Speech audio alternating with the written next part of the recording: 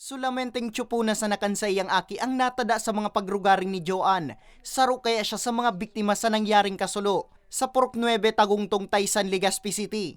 Pasado alas 9 kasubanggi Hunyo 22. Istorya ni Joanne, pinukaw sindang mag-irina kansay ang manugang. Hulita na susulo na palan ang kataid nindang harong.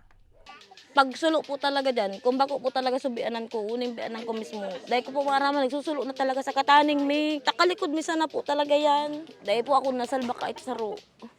Taon po, dahil mas ako nagpapaano ka subanggi, ta gusto ko po talaga lumaog sa laog. Mita sabi ko, mga birth certificate sana, dahil may salbar ko lang. Tabata po, so kamundagan po ka mga aki, kayo po ang panag-eskwela.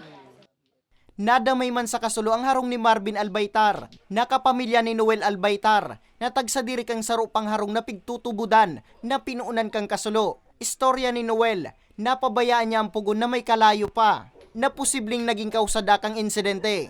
Sa magluto, di meron kong igong kung may bago di dawa ko ang tagsadiri, di ko meron ko araw kayo niya.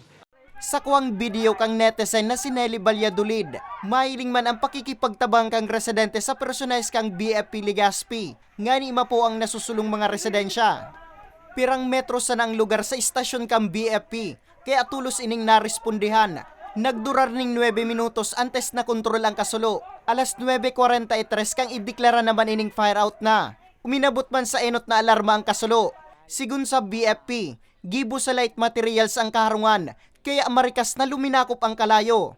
Sa impormasyon, abuton sa 89,000 pesos ang danyos kang kasulo, mantang padagos pang pinagigibong investigasyon kan BFP. Muya lang po, kapag po may iwasan na magamit kang mga pugon, please make sure na properly extinguished po iyan. Ang every time na maluto po kamo, day po nindo pagbayaan ang sa indong tingluluto. Minsan kaya po malingat kita kidiit, napapanlingaw baga po kita na may pigaluto palan kita, marireparo ta na sana, nagkakaraba na ang satuyang kitchen. So, arog po kayan, day po nagsasawa ang Bureau of Fire Protection, especially po ang Samuyang Oplan Ligtas sa